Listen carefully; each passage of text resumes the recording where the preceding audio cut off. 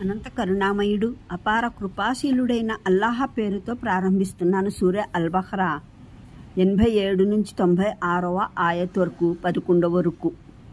మేము మూసాకు గ్రంథాన్ని ఇచ్చాము. ఆ తర్వాత నిరంతరాయంగా సందేశహారుల్ని పంపాము. చివరికి మరియం కుమారుడు ఈసాకు ప్రకాశమానమైన సూచనలను ఇచ్చి పంపాము. పరిశుద్ధాత్మ ద్వారా అతనికి సహాయం చేశాము. అయితే మీ వైఖరేమిటి? ఒక ప్రవక్త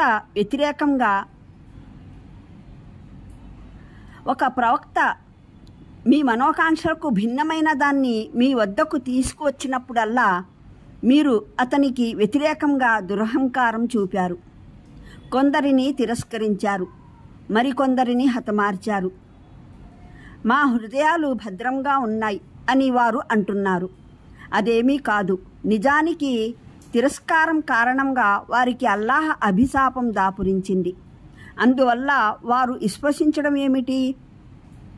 వారి వద్ద ఇప్పటికే ఉన్న గ్రంథాన్ని ఇది ధృవపరుస్తున్నప్పటికీ, దీని రాకకు పూర్వం స్వయాన వారే తిరస్కారులకెదురుగా విజయం కాంక్షిస్తూ ప్రార్థిస్తూ ఉన్నప్పటికీ, తీరా అది విచ్చేసినప్పుడు దాన్ని గుర్తించి కూడా వారు నిరాకరించారు. అల్లాహ్ అభిశాపం ఈ తిరస్కారులపై. వారు ఎంత దుష్టమైన రీతిలో మానసిక తృప్తిని పొందుతున్నారో, అల్లాహ్ అవతరింపజేసిన మార్గదర్శకత్వాన్ని వారు నిరాకరిస్తున్నది కేవలం అల్లాహ్ తన అనుగ్రహం, వహీ, దైవదౌత్యంతో తాను కోరిన తన దాసుణ్ణి సత్కరించాడన్న ఉక్రోషం వల్లనేగా. అందుచేత వీరికి ఆగ్రహం పైన ఆగ్రహాన్ని కోరి తెచ్చుకున్నారు. ఇలాంటి తిరస్కారుల కొరకు ఎంతో పరాభవభరితమైన శిక్ష నిర్ణయమై ఉంది.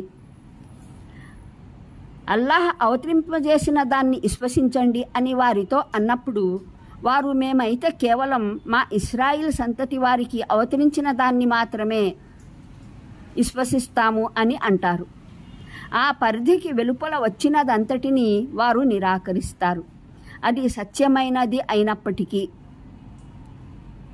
వారి వద్ద ఉన్న బోధనల్ని అది సమర్థిస్తూ ఉన్నప్పటికీ. సరే, వారిని అడుగు, మీరు ఒకవేళ మీ వద్దకు వచ్చిన బోధననే నమ్మేవారైతే లోగడ మీలోని స్వయంగా బనీ ఇస్రాయిల్లో పుట్టిన దైవ ప్రవక్తల్ని ఎందుకు హతమారుస్తూ వచ్చారు? మీ వద్దకు మూసా ఎంతేసి స్పష్టమైన సూచనలతో వచ్చాడు. కానీ ఎంత దుర్మార్గులు మీరు! ఆయన అలా వెనుతిరగ్గానే అలా ఆవుదూడను దైవంగా చేసుకున్నారే. తరువాత తూరుకొండను ఈ పైకి లేపి మేము మీ చేత చేయించుకున్న ప్రమాణాన్ని కాస్త గుర్తుకు తెచ్చుకోండి. మేమప్పుడు తాకీదు చేశాము, మేము ఇచ్చే ఆదేశాలను గట్టిగా పాటించండి, శ్రద్ధగా మాట వినండి అని. మీ పూర్వీకులు మేము విన్నాము కానీ పాటించేది లేదు అని బదులిచ్చారు. వారి మిథ్యారాధన చేత వారి ఆంతర్యాల్లో ఆవుదూడే తిష్ట వేసుకు కూర్చుంది. వారికి చెప్పు, నిజంగా మీరు విశ్వాసులే అయినట్లయితే ఇలాంటి దుశ్చేష్టలను ఆదేశించే మీ విశ్వాసం ఎంతో విచిత్రమైంది. వీరికి చెప్పు, వాస్తవంగా అల్లాహ్ దృష్టిలో పరలోక నివాసం మానవులనందరినీ కాదని, ఒకవేళ మీ కొరకే ప్రత్యేకించబడి ఉన్నట్లయితే ఈ అభిప్రాయంలో మీరు ఏమాత్రం సత్యవంతులైనా మృత్యువునే కోరుకోండి. వీరు ఎన్నటికీ దీన్ని కోరుకోబోరు అన్నది మాత్రం తథ్యం. ఎందుకంటే ఇది అలా కోరుకోకపోవడం అన్నది వీరు చేతులారా సంపాదించి అక్కడికి పంపిన దాని పర్యవసానం. అల్లాహ్ ఈ దుర్మార్గుల మనోమయ స్థితిని బాగా ఎరిగినవాడే. జీవించాలన్న పేరాస వీరిలోనే అందరికన్నా ఎక్కువగా ఉన్నట్లు నీవు గమనిస్తావు. ఈ విషయంలో వీరు బహుదైవారాధకుల్ని మించిపోయారు. వీరిలో ఒక్కొక్క వ్యక్తి ఏ విధంగానైనా సరే 1000 ఏండ్లు బ్రతకాలని కోరుకుంటాడు. నిజానికి దీర్ఘాయుష్షు ఎట్టి పరిస్థితుల్లోనూ అతన్ని యాతనకు ఏమాత్రం దూరం చేయజాలదు. వీరు చేస్తూ ఉన్నది అల్లాహ్ చూస్తూనే ఉన్నాడు.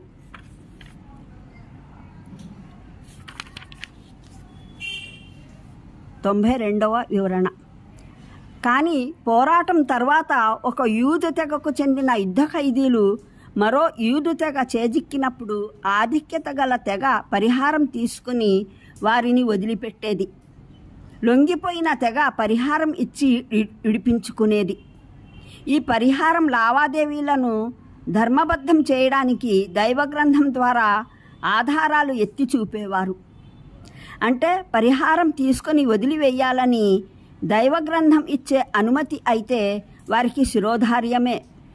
కానీ పరస్పరం పోరాడరాదని చేసే ఆదేశాన్ని మటుకు త్రోసిపుచ్చేవారన్నమాట.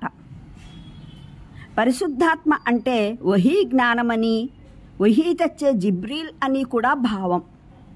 ఇంకా దైవం పవిత్ర దైవదూతల లక్షణాలతో సృష్టించిన మహానీయ క్రీస్తు అలైహిస్సలాం స్వయానే ఆ పరిశుద్ధ ఆత్మ అని కూడా భావం. ప్రకాశమానమైన సూచనలు అంటే అతి ప్రస్ఫుటమైన నిదర్శనాలని అర్థం.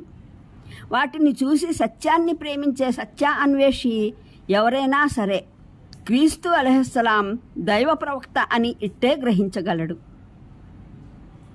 అర్థం ఏమిటంటే మేము మా నమ్మకాల్లో, మా అభిప్రాయాల్లో ఎంతో పటిష్టంగా ఉన్నాము. మీరెన్నైనా చెప్పండి, మా హృదయాలపై మీ మాటల ప్రభావం పడదు. ఇవి సాధారణంగా మూఢత్వపు దురభిమానం, తలకెక్కిన మూర్ఖజనం పలికే మాటలే. వారు దాన్ని విశ్వాసంలో పటిష్టతగా పరిగణిస్తారు. దాన్నే ఓ గొప్పతనంగా భావిస్తారు. నిజానికి మనిషి తన తాత ముత్తాతల నమ్మకాలపై, ఆలోచనలపై గట్టిగానే నిలబడాలని నిర్ణయించుకోవడం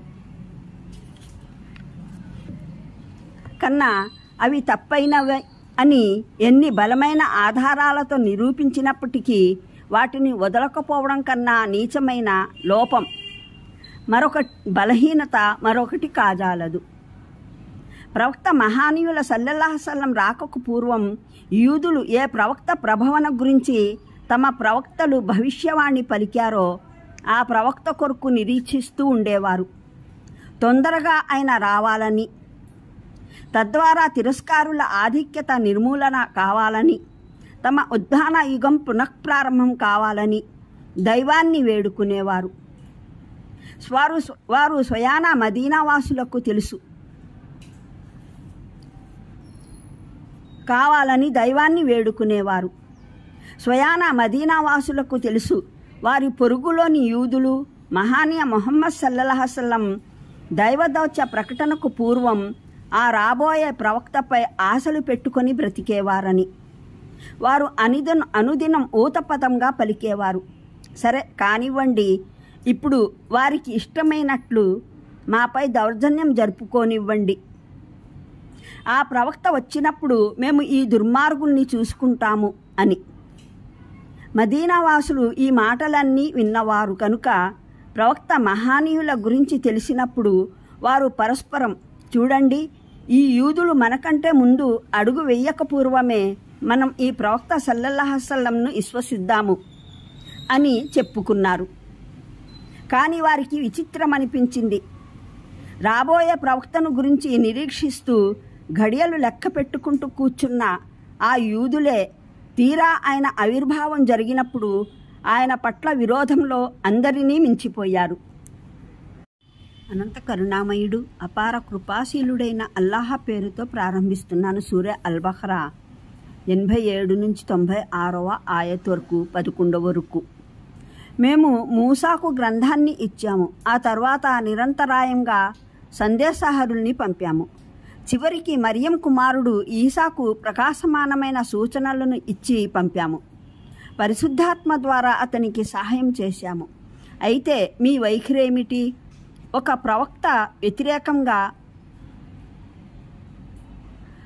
ప్రవక్త మీ మనోకాంక్షలకు భిన్నమైన దాన్ని మీ వద్దకు తీసుకువచ్చినప్పుడల్లా మీరు అతనికి వ్యతిరేకంగా దురహంకారం చూపారు. కొందరిని తిరస్కరించారు, మరికొందరిని హతమార్చారు. మా హృదయాలు భద్రంగా ఉన్నాయి అని వారు అంటున్నారు. అదేమీ